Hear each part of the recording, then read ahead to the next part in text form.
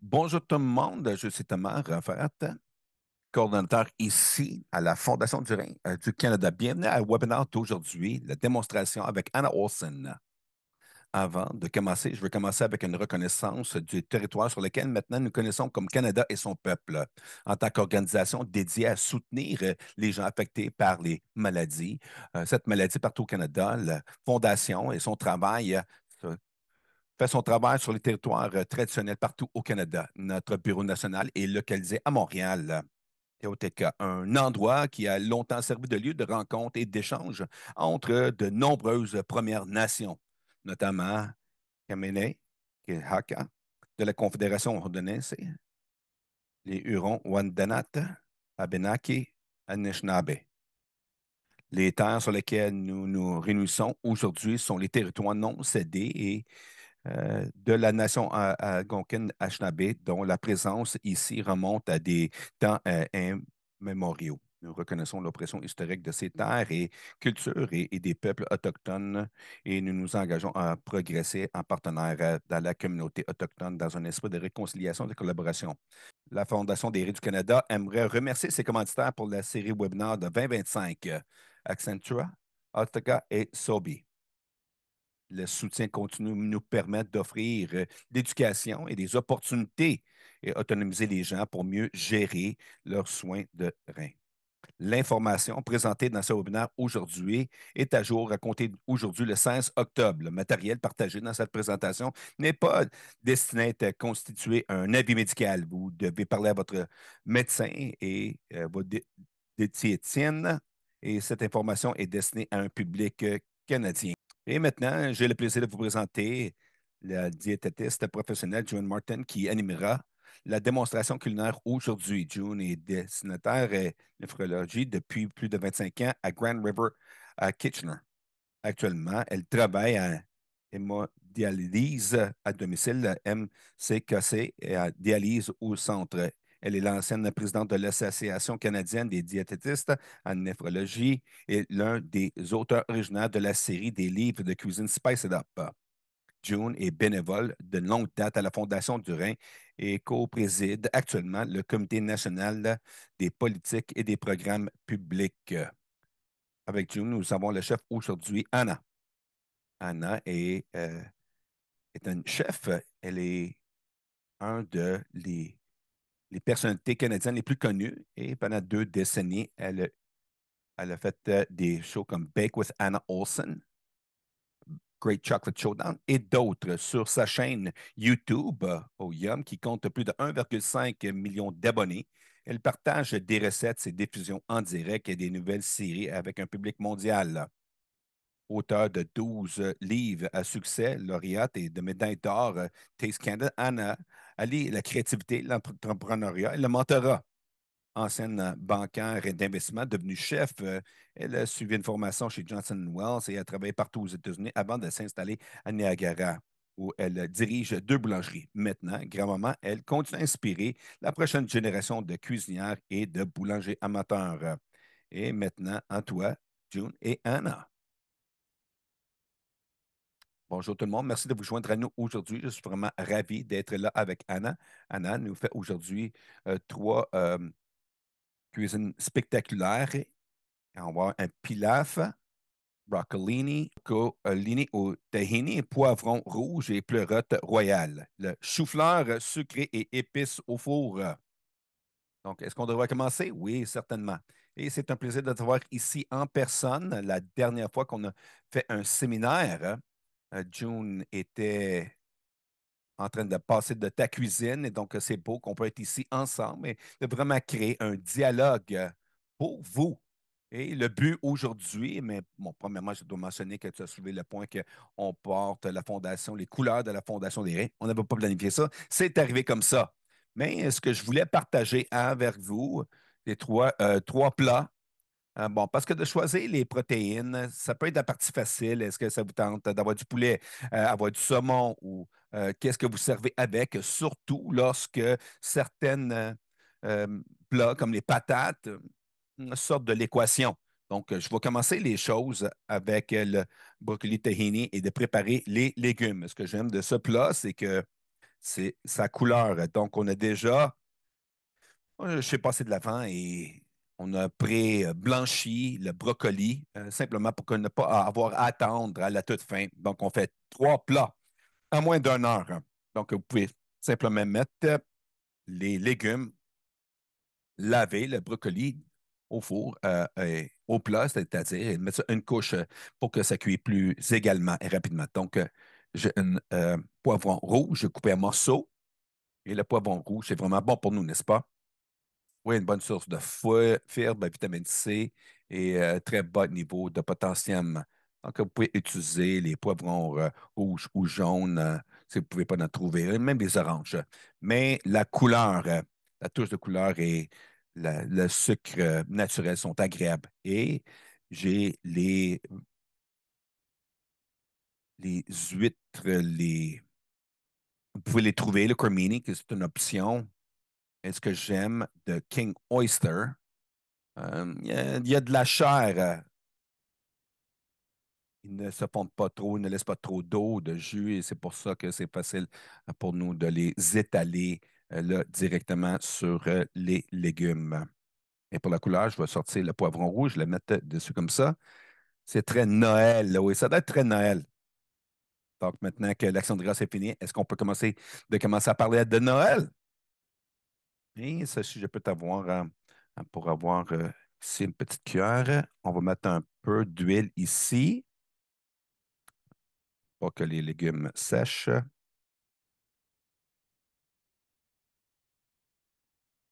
Bon, les champignons vont absorber l'huile, bien si vous n'êtes pas obligé d'en rajouter, mais vous pouvez, à la fin, vous pouvez rajouter le plante, surtout quand je grandis. On va me cuire, couper l'aubergine, ça ne collera pas au long, mais si tu peux rajouter de l'huile, ça va en demander plus, mais une fois que c'est cuit, ça en prend juste un peu pour mettre sur la surface. C'est un autre légume incroyable. Donc, on va mettre un peu de poivre noir. On n'a pas besoin du sel parce que la saveur va sortir de la sauce tahini qu'on a créée. Ça va aller au four pendant 10 minutes et on va mettre le tout et ça va cuisiner un autre 10 minutes. Et le brocoli ou les légumes sont déjà au four. Le chou-fleur est déjà au four. On va préparer la minuterie ici. Voilà. John, pourquoi pas avoir préparé le pilaf? Parce que ça, c'est un plat pour le haut du rond. Et ce qu'on va faire ici, on va préparer la chaleur ici à médium. Si vous voulez mettre un peu d'huile dans le poêlon, bon, un pilaf, c'est plus facile à faire qu'un risotto, mais ça a une belle texture naturelle. Et ça nous permet l'opportunité, comme bouillir du riz, ça nous permet de travailler en couleur en même temps.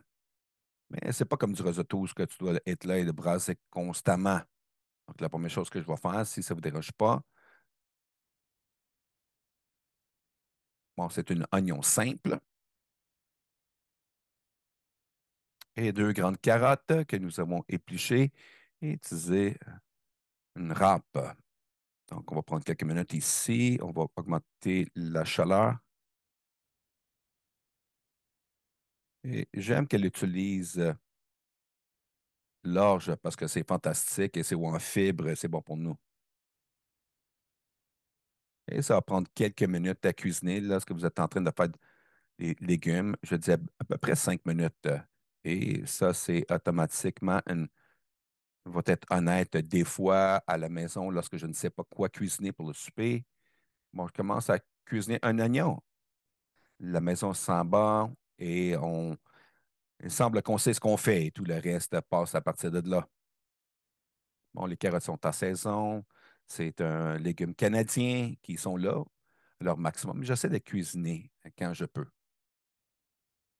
On avait des questions aussi de comment saisonner, alimenter, sans mettre du sel. Et l'oignon, c'est une belle façon de le faire, de prendre des oignons. Y a-t-il d'autres suggestions? Ah oui, certainement. Donc, pour ce plat, Je m'appuie sur un peu d'ail. Bon, j'utilise de l'ail dans les trois plats. J'attends que les légumes euh, deviennent un peu plus tendres avant de l'ajouter, mais les herbes qu'on rajoute au début du processus de la cuisine ici, j'ai du thym, 2 cuillères à thé de thym haché frais. On ne mange pas des choses pour dire ah, oh, c'est du thym délicieux. Comme, mais c'est un peu comme la vanille. À la façon que la vanille est dans la cuisine, la pâtisserie, le thym, c'est derrière le palais, ça vient arrondir les saveurs et l'orge qui est un peu toasté, caractère. Et il y a beaucoup de fibres en plus. Et je trouve que c'est beaucoup plus remplissant aussi que l'orge. L'orge, ça nous remplit beaucoup. Satisfaisant. Et la façon que je prépare ça avec le thym, l'ail, je trouve que ça va bien avec n'importe quoi. Mais si vous voulez dire, bon, on compte un peu plus de les saveurs plus légers, rajouter un zeste de citron et d'estragon, quelque chose sur la grille. Si on veut rendre ça un peu plus italien, si on veut, on pourrait mettre intensifier des herbes euh, comme le thym, le romain, euh, qui ont des branches, ils sont au début de la processus de cuisine. Ou les herbes comme le basilic, le coriandre sont feuillés qu'on rajoute à la fin du processus. Sinon, ils fondraient complètement dans la cuisson. Si on fait quelque chose comme ceci, qui prend 15-20 minutes à cuisiner, et ça se ramollit. Ici, vous pouvez voir les légumes ont réduit d'à peu près 50% en volume déjà parce qu'ils sont en train de s'adoucir. Donc, on va rajouter l'ail maintenant. Je ne pensais pas que ça allait rentrer, mais là, ça rentre. Et maintenant, on peut rajouter l'orge. En ce qui a trait à la cuisine avec l'orge, ce que j'aime faire, c'est rincer. Bon, c'est de l'orge. Per- Perle, je vais me le rincer pour nettoyer toutes les surfaces. De cette façon, on n'essaie pas de faire du griot ici. Ça tient son grain. Donc, pour avancer pour ce séminaire, on a pré-cuit l'orge un peu pour ne pas attendre. Mais ultimement, ça prend à peu près 15 minutes. Donc, c'est le pilaf, la méthode pilaf. On met l'orge cuit après avoir rincé ici dans le plat. Vous pouvez brosser un peu. Et ici, on a de l'orge ici, des carottes un peu partout. On avait notre petite fille qui était là pour l'Action de grâce, 4 ans et 2 ans. Et il y avait de l'orge un peu partout. Ça fait partie du processus, ça. Quand on fait du risotto, à ce point-ci, bon, maintenant, on est en train de tourner l'huile et les légumes et les saveurs. Là, on rajoute les liquides un peu à la fois, un peu à la fois, et tranquillement tirer euh, lentement l'amidon du riz. Bon, je ne rajoute pas la quantité totale d'un coup parce qu'on avait déjà pré-cuit. Là, je peux l'ajuster si j'en ai besoin. Je veux que vous puissiez voir tout ça fondre, mais ensuite, vous pourrez mettre le couvercle, préparer la minuterie pour 15 minutes. Vous voulez le garder une chaleur égale et ça va bien aller, uniforme. Donc, je voudrais parler de la version mexicaine. Donc, disons qu'on veut servir ça inspiré avec les saveurs mexicains, rajouter de l'ail, rajouter du sel de poivron ou des poivrons chauds. Vous pouvez rajouter comme vous voulez. Des fois, on doit faire attention parce que lorsqu'il réduit le sodium, des fois, ils vont mettre du potassium à sa place. Donc, une sauce sans ajout de sel, ça va être sécure pour tout le monde à utiliser, même si vous n'avez pas besoin d'une restriction de potassium. On avait une question sur l'âge et qui n'est pas sans gluten. Est-ce que vous avez d'autres recommandations pour quelqu'un qui est cœliaque? Oui, le riz, si c'est ce qu'on utilise généralement, si on a le cœliaque, Si on n'a pas besoin de s'inquiéter de ça, ça serait raisonnable là, comme option.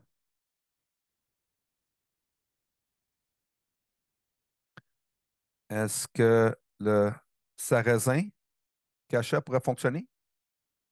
C'est pas sans gluten, je crois. Je pensais que le sarrasin l'était. OK. Bonne question. Mais vraiment, c'est intense comme saveur. C'est plus fort que l'orge, donc on doit faire attention pour ça.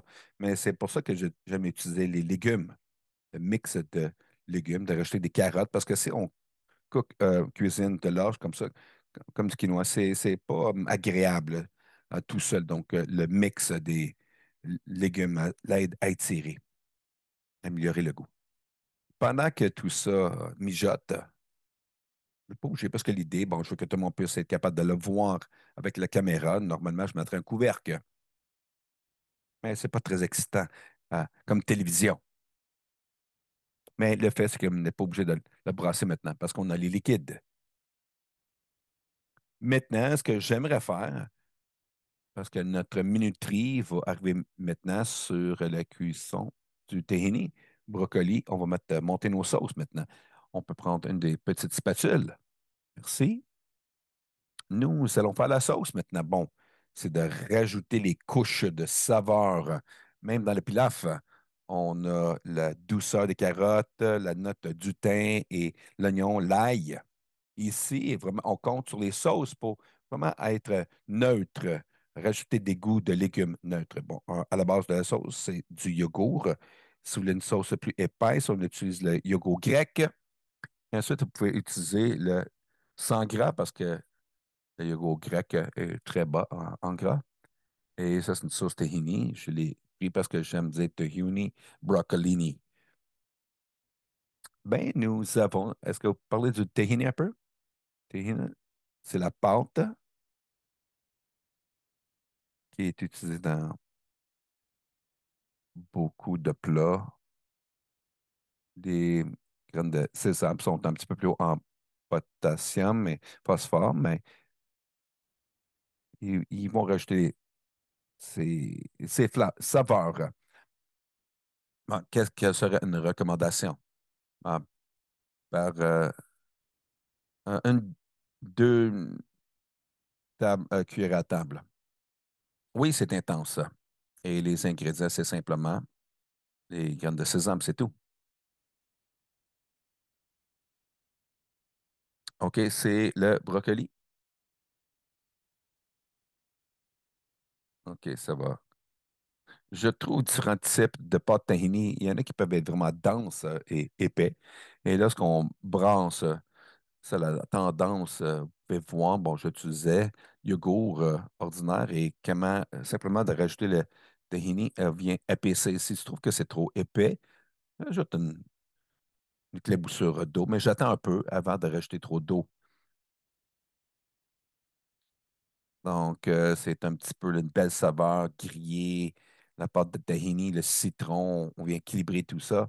De créer du contraste, c'est une belle façon de construire des saveurs sans rajouter du sel. Donc, une touche de miel, de l'ail, et ensuite, j'ai des piments séchés. OK, on va faire deux pincées ici. On va déplacer ça un peu et brasser. Bon, tout est combiné sans rajouter de sel. Donc, on devrait avoir ce goût bien équilibré. Rajouter les acides du citron et la richesse du tahini, c'est une belle façon de rajouter de la saveur sans rajouter du sel. Wow, voilà les légumes. Ça, c'est 10 minutes en 400 degrés. Ça prend pas de temps. Et ensuite, on verse directement et on euh, fait cuire un autre 10 minutes. Est-ce qu'on pourrait utiliser du brocoli ordinaire? Mon associé, Lisa, a envoyé son mari pour acheter du brocoli parce que quand je suis allé l'acheter pour me préparer pour la démo, il en manquait. Bon, avant l'action de grâce, il manquait de broccolini. Ben, j'ai acheté du Guideline ou Yu Choi à sa place, donc ça peut fonctionner. Rapini, oui, pourrait recommander ça. Plus haut en potentiel, mais vérifiez, surtout le brocoli chinois est très haut. Les pâtes sont bonnes si on veut les utiliser, si on les gèle et on les dégèle plus tard. Répète la question encore. Est-ce que ces recettes, on peut les mettre au congélateur? Est-ce qu'on peut les geler et les dégeler, les utiliser plus tard? Je dirais qu'on peut utiliser les légumes gelés si on utilise le brocoli, par exemple. On peut acheter les mix, des fois les poivrons coupés, qu'on peut utiliser ça aussi. Mais je ne préparerais pas le plat pour le geler et c'est assez facile si vous regardez à pleine file d'avance. Vous pouvez assembler la sauce et simplement la garder au réfrigérateur une journée ou deux.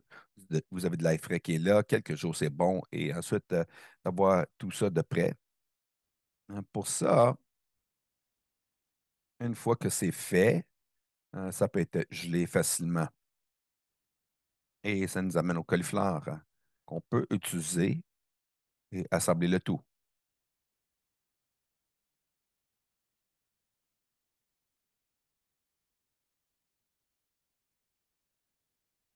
Faut avoir préparé ça à l'avance. C'est bien pour un bon petit dîner. Je prépare la minuterie ici encore. Ça va sortir du four. L'âge semble bien. On enlève le couvercle pour vérifier. Il y a encore des liquides. Il y a beaucoup de thym. C'est bon, n'est-ce pas? Maintenant, j'aimerais parler, si on peut, on avance à la troisième recette, le chou-fleur cuit au feu ou sucré épicé. Et le chou-fleur, c'est très peu de potentiel, mais c'est bon. Et plutôt que de simplement aller vers la sauce au fromage, l'action de grâce que j'aime, mais on voit beaucoup de gens qui vont couper le chou-fleur en steak, si on veut, et des épices non salées, comme les épices chinoises, 5 épices, et za'atar pour ajouter beaucoup de goût. Mais si vous voulez quelque chose de plus aventureux,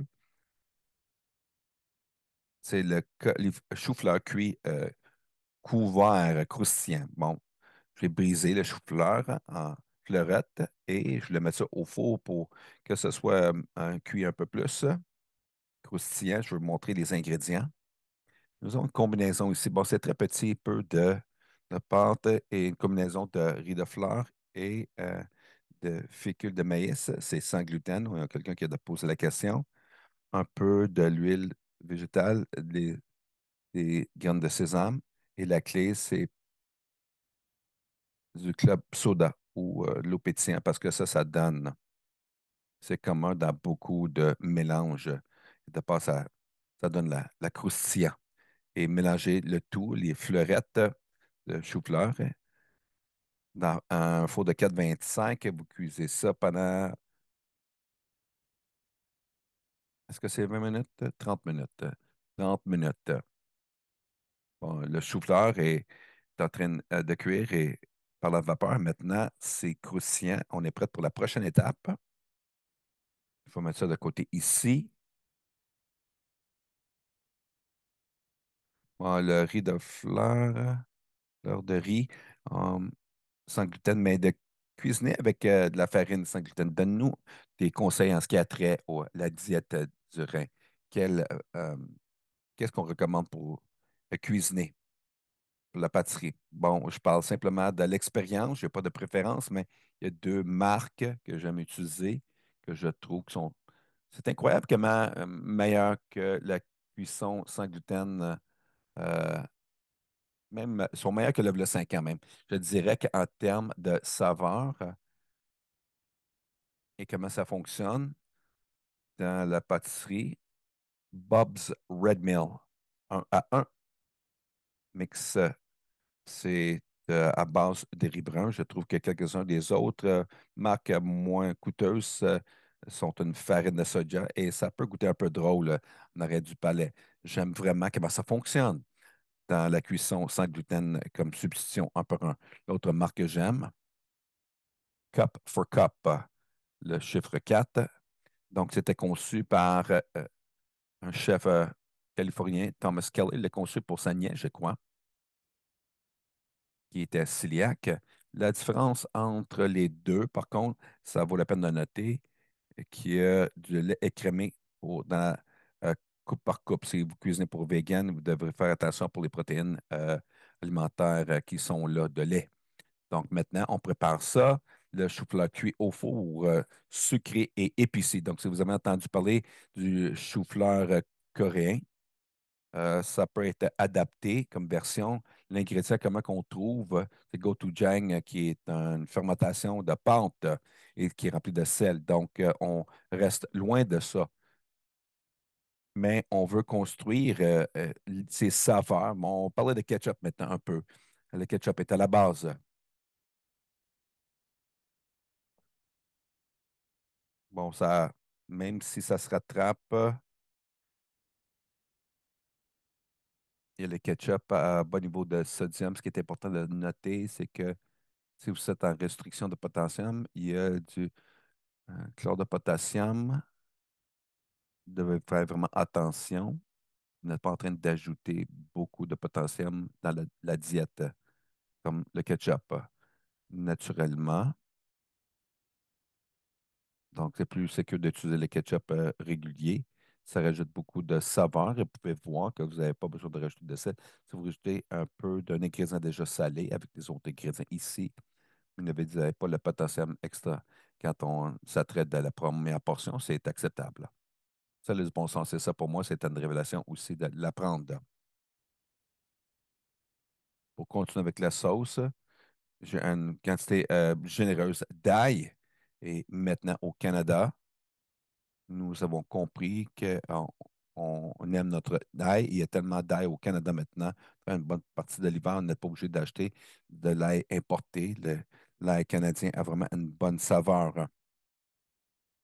Du gingembre bien râpé, un autre ingrédient puissant qui a beaucoup d'impact. Et il y a de la chaleur sans être pimentée et du tang. Et avec de l'ail, c'est fantastique. Je rajoute un petit peu de vinaigre de riz. Et ça, ici, la sauce faible en sodium, sauce soya.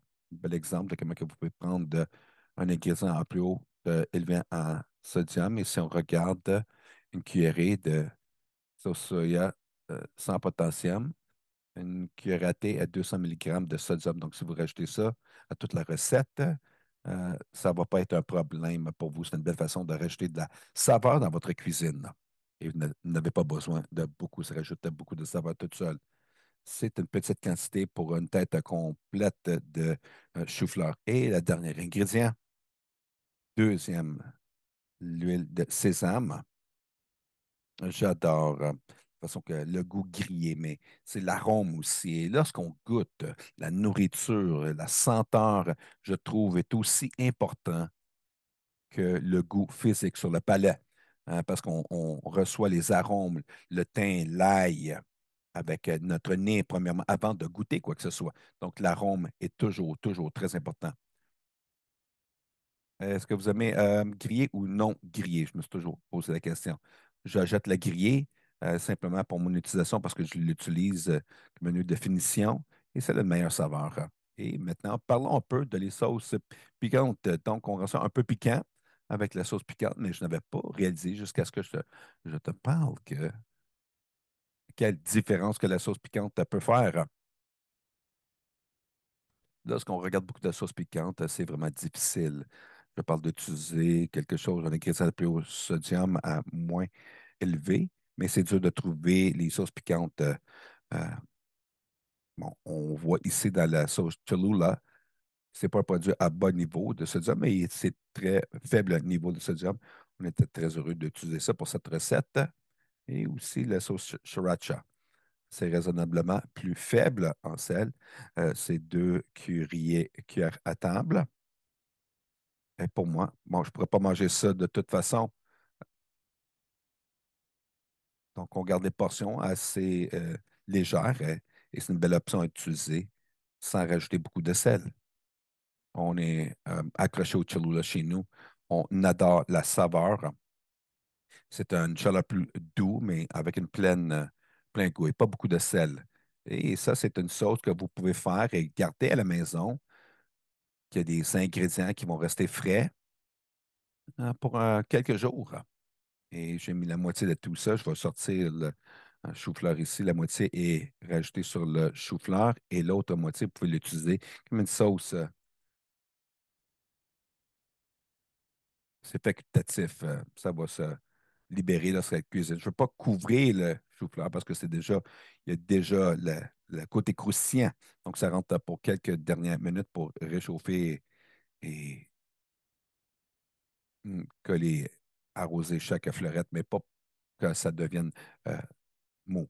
La recette originale, ça serait de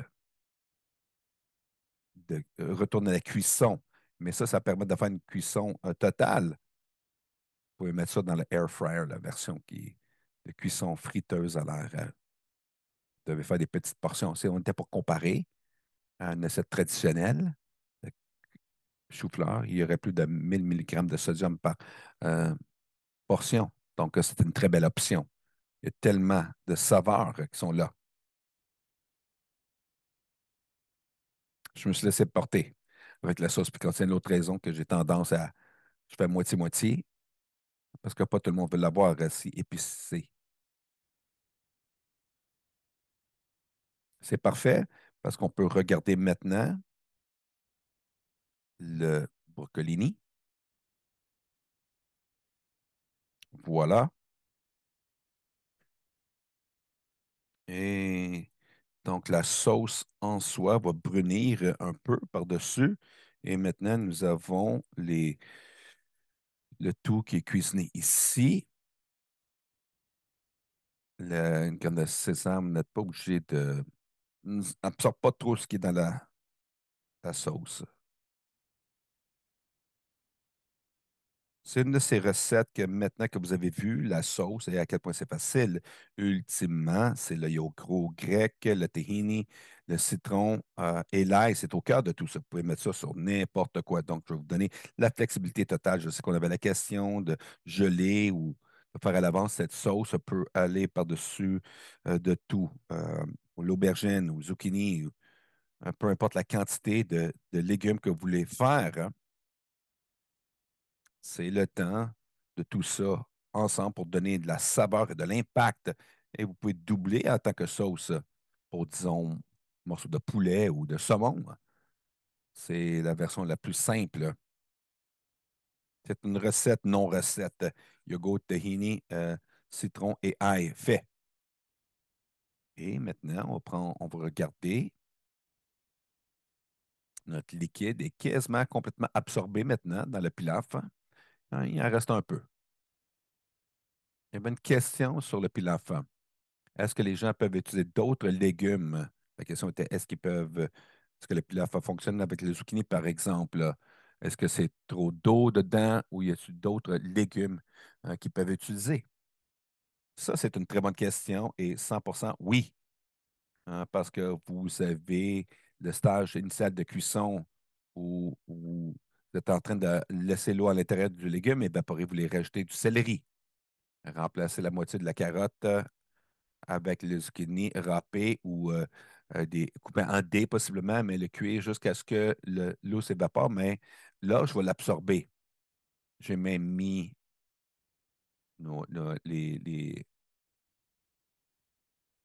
les bines euh, congelées aussi, ou les pois verts peuvent être ajoutés. C'est la facilité d'un pilaf.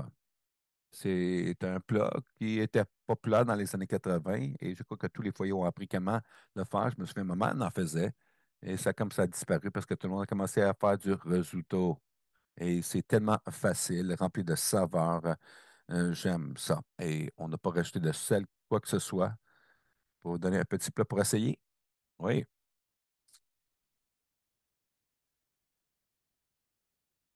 En fait, je l'ai fait.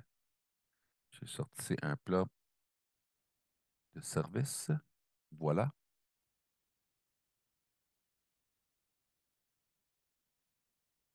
Oui, c'est vraiment bon.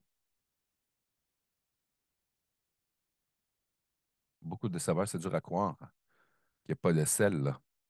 La meilleure partie d'être ici avec toi, c'est que je peux l'essayer. Oui, je vais sortir ça ici. On a fini avec le brûleur. Voilà. OK. Piment rouge serait magnifique, là aussi. On parle d'épices, jalapeno, beaucoup d'options. Ça peut aller avec n'importe quelle protéine qu'on veut servir. OK. Maintenant, on regarde. Ça va bien pour le temps. Donc, il va rester beaucoup de temps pour répondre aux questions, n'est-ce pas? Oui. Je vais te donner encore une minute. S'il y a des questions maintenant, maintenant serait le bon temps, pendant qu'on attend le chou-fleur. Oui, bien sûr. Un rappel, si vous avez une question que vous n'avez pas rajoutée encore, rajoutez ça dans la boîte de questions-réponses, qu'on puisse le voir et répondre. Donc, question on a reçu, est-ce que c'est OK ou est-ce que c'est possible de boire un verre ou deux de vin avec ce repas ou en général, euh,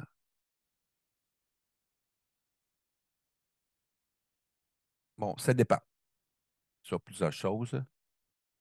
Les interactions avec l'alcool, point de vue du rein, l'alcool, tout seul.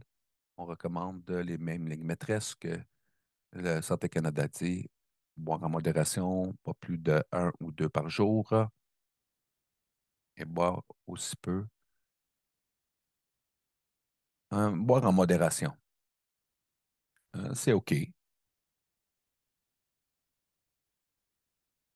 Et j'en prendrai un maintenant, mais parlez avec votre médecin, votre pharmacien avant de rajouter de l'alcool, parce que c'est vraiment quelque chose d'important à suivre.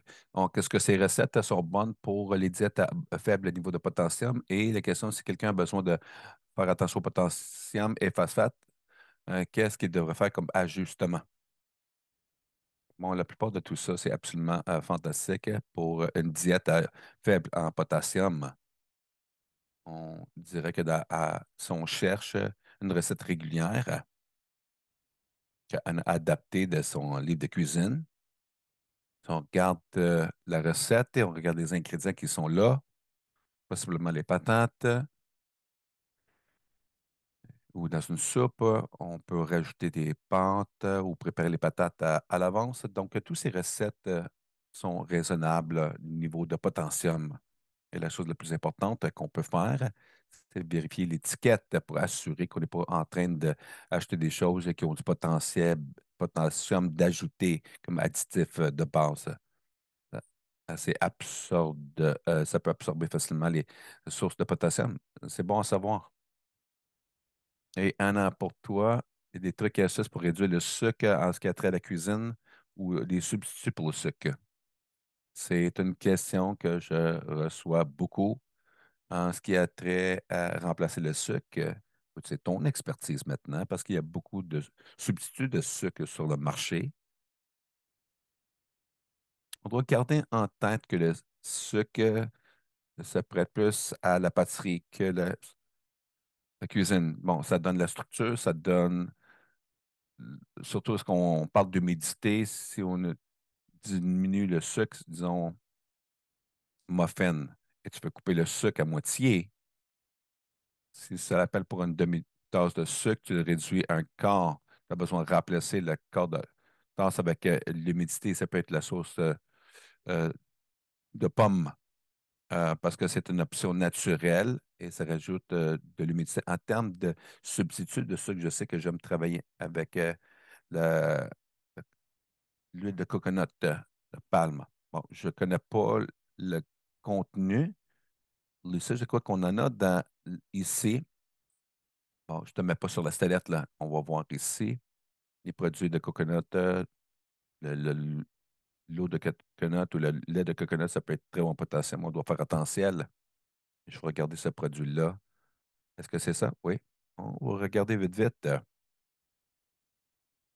Dans ce que j'ai appris, un autre diététicienne, c'est un remplacement de un pour un et c'est du sucre. Mais ce que j'ai compris, c'est que ça, c'est plus bas sur le niveau glycémique. Oui, je dirais que ça a monté important de potassium, possiblement. Malheureusement, c'est mieux de rester avec quelque chose d'autre. Le sucre, les substituts Splenda, ça c'est que, OK, bon, ça c'est bon à savoir. Et ils sont là pour ratio de 1 à 1, mais je trouve que deux choses se passent. J'ajoute un petit peu plus d'humidité dans la pâtisserie et je réduis le temps de cuisson parce que ce qui arrive en pâtisserie, c'est que le sucre, ça commence solide lorsqu'on le mesure et ça devient liquide dans euh, euh, la cuisson et donc ça durcit en refroidissant. Comme un gâteau au fromage, ça va être sucre et le temps de cuisson est à moitié parce que tu n'as pas de la liquéfaction à l'intérieur. Et manque le fruit de moine. Oui, on en parle, mais le contenu de potassium, je pense à ça qui me vient en tête, là. C'est plus facile, ça serait plus facile de gérer mon ordinateur. Une question pour toi, June. À part des patates, y a-t-il des nourritures qui sont recommandées pour blanchir, pour réduire le potassium? Patates et les patates douces. Il y a un bel article sur la Fondation du Rhin euh, pour enlever le potassium des patates et on peut faire la même chose avec les patates douces. Les patates vont être, ça se, ça s'apprête bien au processus de cuisine lorsque le potassium sort. Mais lorsqu'on parle d'une nourriture de haut fibre comme le brocoli, la recherche nous démontre qu'on n'est pas vraiment en train de sortir tout le potassium. Le fibre semble avoir l'absorption du potassium. La dernière préoccupation, comme le brocoli,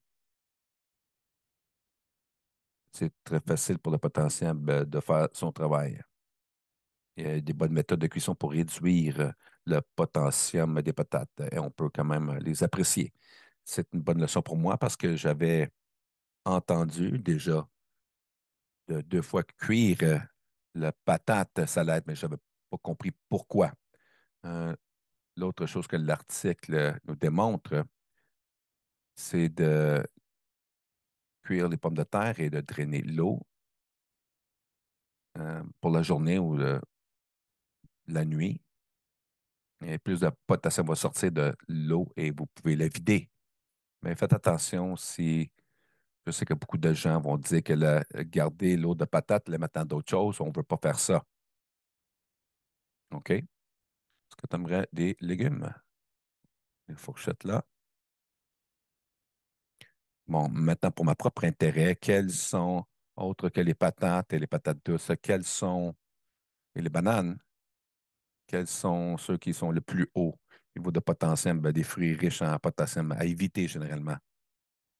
On recommande de rester loin de des choses comme le jus d'orange, parce que le jus d'orange absorbe le potassium très rapidement. Vous pouvez mettre une tomate dans votre sandwich, mais on ne recommande pas que vous buvez une tasse de jus de tomate. Beaucoup des produits de noix de coco, l'eau de noix de coco, très haut en potassium, et c'est très populaire présentement, mais ce n'est pas quelque chose qu'on pense quand on boit. Lorsqu'on a quelque chose qui est un jus, euh, il y a beaucoup de potassium qu'on absorbe très bien. Est-ce que vous recommandez des gens s'ils ont l'intérêt de faire leur propre liquide? Nous, on jette des euh, pâtes de poulet, tout ce qui est en vente finalement, parce qu'ils ont, avec l'eau, les eaux, beaucoup de saveurs à ajouter, les mettre dans un plat, couper l'oignon, euh, quelques céleri, carottes, le thym, rentre en ligne de jeu, couvrir ça avec de l'eau, et honnêtement, avec tout ça, à cause de la viande, et on attend les gens faire des liquides avec les eaux, mais ça prend du temps, mais 90 minutes à 2 heures avec un de ces. On a assez de liquide là, pour durer. Et ça gèle bien. On peut le mettre dans un pichet.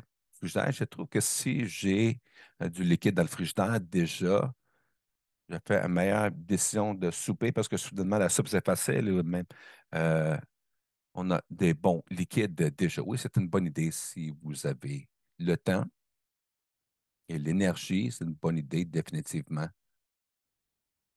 Et même si on rôtir le tout après avoir enlevé la viande pour apprécier le tout, on va prendre ce qui reste, rajouter ça dans un plat et les saveurs sont déjà sorties, mais lancer un oignon là-dedans, mettre des carottes et dans le temps que ça prend pour manger préparer le souper et faire la vaisselle, vous avez de bonnes bouillon qui reste.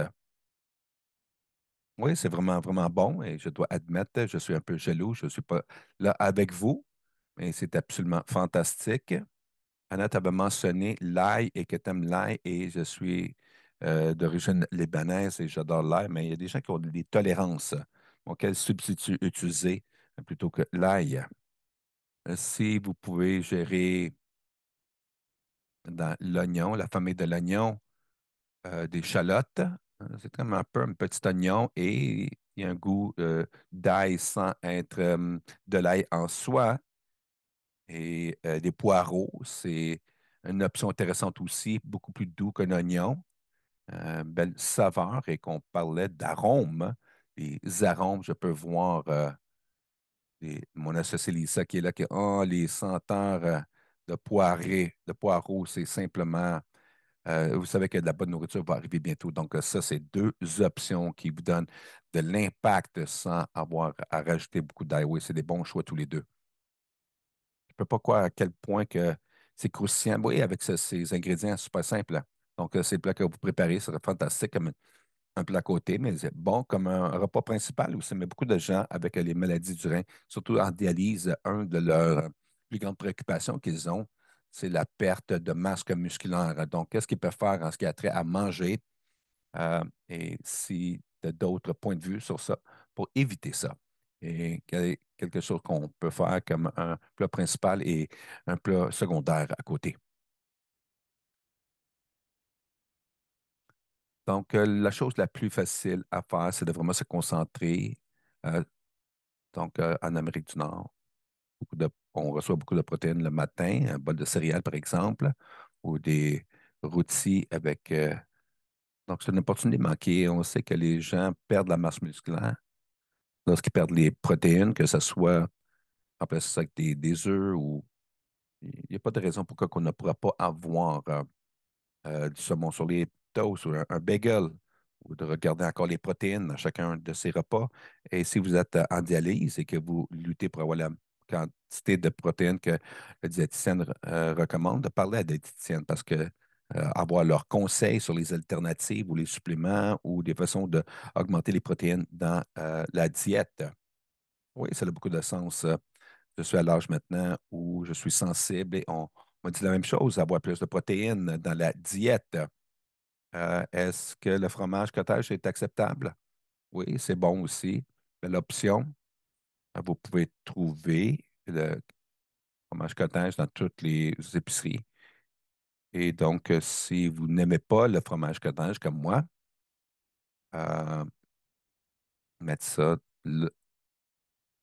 c'est vraiment bon aussi. Bon, c'est pas, il y a une belle saveur, mais c'est bon de savoir ça. Vous savez que de v'là 20 ans de cela, on nous disait fais attention à ne pas manger trop d'œufs, trop d'œufs. C'est comme on s'est découragé de manger des œufs et plus qu'une ou deux fois par semaine, mais c'est bon. Donc, à la part des gens, euh, c'est bon de savoir qu'ils peuvent le faire généralement. John a mentionné que c'est bon de commencer la journée en mangeant des protéines. On a eu la question sur les bols de yogourt. Bon, la personne qui a soumis des questions, on dit qu'on commençait leur journée en mangeant du yogourt, mais ils n'aiment pas les fruits. Donc, est-ce qu'il y a une façon que, Anne, que tu peux leur donner d'autres options à part des fruits pour répondre? Et peut-être que ce soit le plus d'options. Et je peux dire, à la part des patients, bon, dépendant, suivre les recommandations, commencer avec le yogourt grec. Et en ce qui Pour des choses qui ne sont pas des garnitures, qui ne sont pas des fruits, vous savez quoi? Des cocombes, oui, sans l'ail, des cocombres pour mettre un pet de dill. Le dill, c'est un de ces herbes. Bon, j'en achète pas beaucoup de dill parce que j'en ai beaucoup et ça devient collant avant que je l'utilise, mais dill, ça hydrate bien et ça plaît plus vers le savoureux. Est-ce qu'on peut faire des noix? Oui, modéré par la diététicienne sur comment on peut les utiliser. C'est un petit peu différent, mais un quart de cuillerée, c'est bon. Mais si, disons qu'il y avait du poivron rouge qui restait des brocolis, de couper ça, de mettre ça sur le dessus, un peu de tahini, de citron, ça serait bon aussi. Une dernière question de côté. La première partie, c'est est-ce qu'une diète haute de 150 grammes par jour, c'est bon pour la maladie du rein ou en général? Et est-ce que vous avez d'autres recommandations pour la protéine, les poudres de protéines? La personne qui a demandé cette question-là essaie de les utiliser dans d'autres nourritures. Donc, ça, c'est une autre question que je dois commencer avec. Donc, ça vraiment, ça dépend de l'individu. Là, ce qu'on a, on, ça va mettre d'autres stress sur le rein, surtout lorsqu'on sait que les protéines animales sont un petit peu plus difficiles lorsque les reins sont en train de faire sortir les déchets. Une fois qu'on arrive à la dialyse, c'est une diète à plus haut en protéines encore, mais ça dépend de la grandeur, le poids, vos besoins médicaux. Donc, le diététicien va s'asseoir avec vous, vous dire, OK, exactement ce que vous avez besoin de protéines et ça se traduit en quoi en termes de nourriture.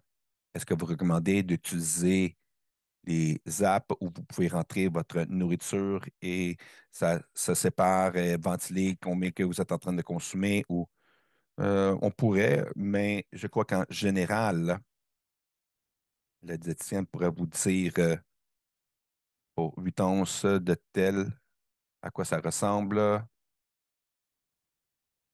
Si vous êtes le genre de personne qui aime compter les grammes de protéines, bon, ça ne serait pas pour moi. Je crois que je deviendrai folle après la première quelques jours. Et la diète n'a pas besoin d'être absolument parfait. On vise simplement le nombre qui ont du bon sens. Ça peut changer. Donc, avant de commencer la dialyse, vous pouvez regarder une protéine plus bas. Peut-être que vous avez besoin de hautes protéines et vous allez à la dialyse. Donc, il n'y a pas de règle dure, ça change. C'est bon de savoir. Donc, si vous êtes intéressé à savoir les analyses nutritionnelles de vos repas en général, vos repas hebdomadaires, je vous invite à inviter à regarder le site communautaire de nourriture et vous pouvez voir les analyses nutritionnelles de vos repas. Et ça vous aide aussi à planifier pour la semaine et les repas que vous allez avoir durant cette semaine. Donc, sur cette note maintenant, on arrive quasiment à la fin. Je voulais dire premièrement un grand merci à June et Anna pour vraiment cette belle présentation et la belle nourriture. J'ai vraiment hâte de passer de l'avant et de la faire aussitôt que je prends ma pause dîner. Au cas où vous avez manqué, je vous invite tout le monde de retourner à la cuisine communautaire et regarder les recettes là. On les a rajoutées dans le chat, mais aussi ils sont dans la communauté de cuisine maintenant et ils font partie de le nouvel livre de cuisine qu'Anna a lancé et qu'elle porte maintenant. Et si vous aimeriez en parler un peu plus, Anna, allez-y. Oui, je suis ravi de partager mon côté savoureux de Anna Cooks et vous allez trouver quelques-uns de mes recettes douces aussi dans la communauté du Rhin, la page web que j'ai fait. Je l'ai fait pour l'année passée aussi, la canneberge, la poutine canneberge que j'ai fait. Oui, ça, c'était vraiment bon. Et même si c'est un menu complet, il y a des desserts aussi. Mais note, je l'ai passé au travers de l'effort. J'ai apprécié avec toi tellement, June, sur ces recettes, de les faire, les adapter à un régime important pour le rein. Mon père avait des problèmes de rein et j'étais impressionné à quel point, en tant que famille, nous avons pu nous unir et ajuster notre diète et de l'aider. Il y avait des bons repas aussi. Donc, je prends l'inspiration de tout ça. Oui, on peut manger des bons repas et prendre des recettes et les adapter. Donc, c'est merveilleux. Mais cette communauté de cuisine pour le Rhin, je trouve que c'est une belle ressource informative et c'est utile et c'est tellement clair où sont les particularités des besoins et ça va les adresser. Donc, j'espère que vous allez l'utiliser comme ressource. Merci, merci Anna. Et tel que mentionné, oui, toutes ces recettes qu'elle a adaptées pour la diète du Rhin sont dans la communauté de cuisine. Vous pouvez aller les visionner maintenant avec plus de 250 d'autres recettes qui sont bonnes pour le rein, de la communauté du rein et vraiment une excellente ressource pour vous soutenir sur votre parcours vers la santé. Et ça l'offre des outils comme les planificateurs et les composantes, une variété de différentes ressources, incluant les blogs, des faits et des démonstrations de cuisine. Et plus, visitez le site web aujourd'hui, vous inscrire à notre infolette pour rester à jour et ne jamais manquer du nouveau contenu. Les liens sont dans le chat si vous voulez aller voir. Et c'est la Fondation. Nous sommes engagés à être votre source fiable d'informations et de ressources éducatives sur la maladie rénale, ainsi que le soutien dont vous avez besoin pour soutenir votre parcours rénal.